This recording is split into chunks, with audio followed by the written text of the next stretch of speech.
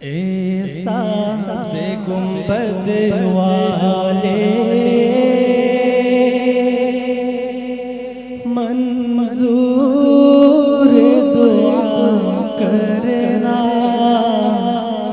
जब वक्त नज़ाए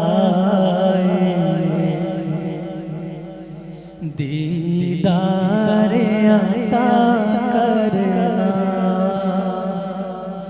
ऐसा से गुंबद वाले मंजूर दुआ करना जब वक्त नज़ाए दीदार अता करना जब वक्त नज़ाए दीदार अता करना। ऐ रसूल खुदा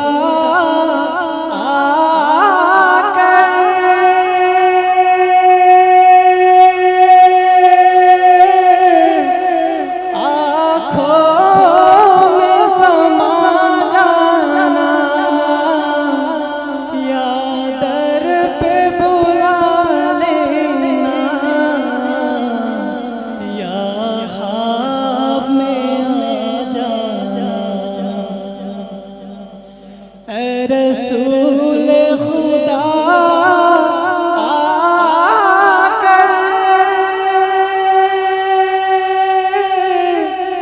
आँखों में समा जाना या दर पे बुला लेना या ख्वाब में आ जाना। पर्दे नशी दिल के पर्दे मेरा करना जब वक्त नज़ाए दीदार अता करना जब वक्त नज़ाए दीदार अता करना। मैं कब्र अंधेरी में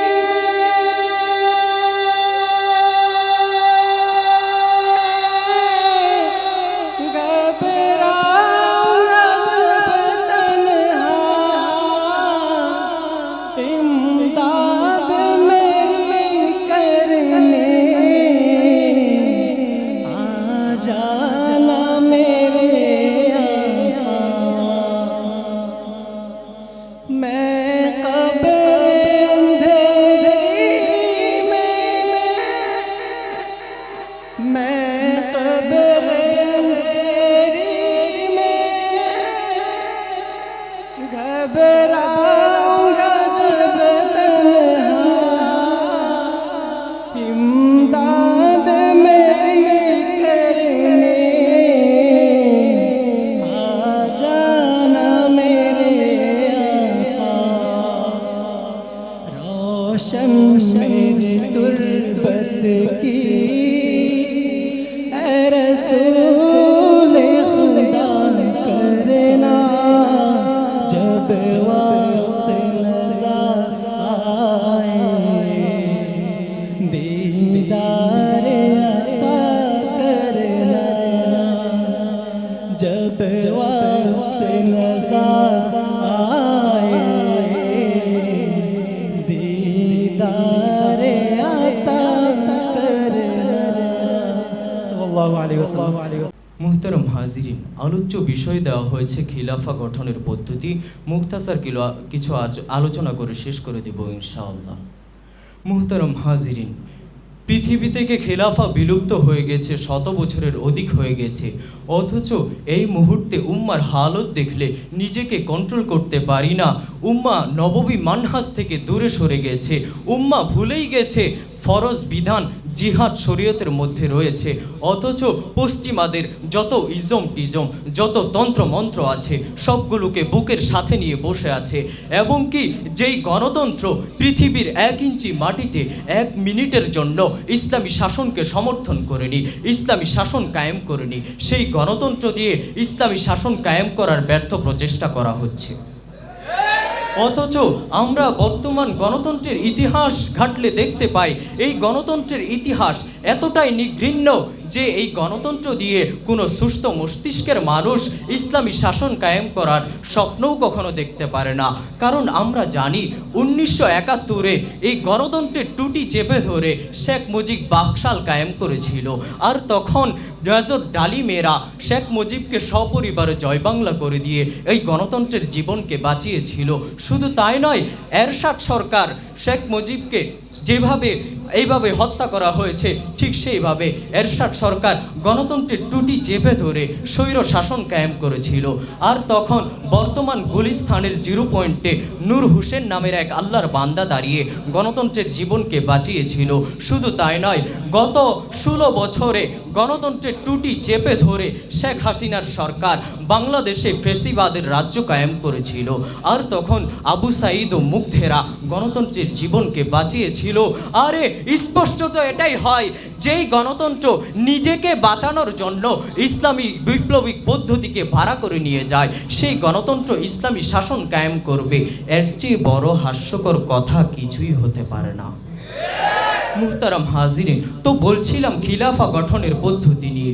আপনি যদি খিলাফাই কায়েম করতে চান, দেখুন আফগানিস্তানের দিকে, তাকান সিরিয়ার যুবকদের দিকে, তারা কোন পদ্ধতিতে ইসলামী শাসন কায়েম করেছে, তারা কিভাবে খিলাফা কায়েম করেছে। আপনি দেখতে পাবেন তাদের প্রথম কাজ ছিল এমন দাওয়া যা তার প্রত্যেক মাদউর অন্তর থেকে তাগুত কুফুর আর শিরিকের মূর্তিকে ভেঙে চুরমার করে দিয়েছে। পরবর্তীতে এদাদ এবং জিহাদের মধ্যে দিয়ে ইসলামী শাসন কায়েম হয়েছে। মুহতারাম হাজিরিন, আজকে যদি ইসলামী শাসন কায়েম করতে চান তাহলে আমাদেরকে পণ করতে হবে। যতদিন এ দেহে প্রাণ বাকি থাকবে, যতদিন পূর্ব আকাশে সূর্য উদয় হয়ে পশ্চিম আকাশে অস্ত যাবে, যতদিন বাংলার মসজিদগুলো থেকে আল্লাহু আকবরের ধ্বনি ভেসে আসতে থাকবে, ততদিন তাওহীদের পক্ষে লড়ে যাব, ততদিন তাওহীদের জন্য কাজ করে যাব। এবং কি ফাঁসির কাষ্টে দাঁড়িয়েও বলবো, লা শারকিয়া ওয়ালা গরবিয়া, লা শারকিয়া ওয়ালা গরবিয়া, ইসলামিয়া ইসলামিয়া, হয়তো শরিয়া নয়তো শাহাদা, হয়তো শরিয়া নয়তো শাহাদা, লা ইলাহা ইল্লাল্লাহ। ওয়া আখির দাওয়ানা আলহামদুলিল্লাহি রাব্বিল আলামিন। আসসালামু আলাইকুম ওয়া রাহমাতুল্লাহ।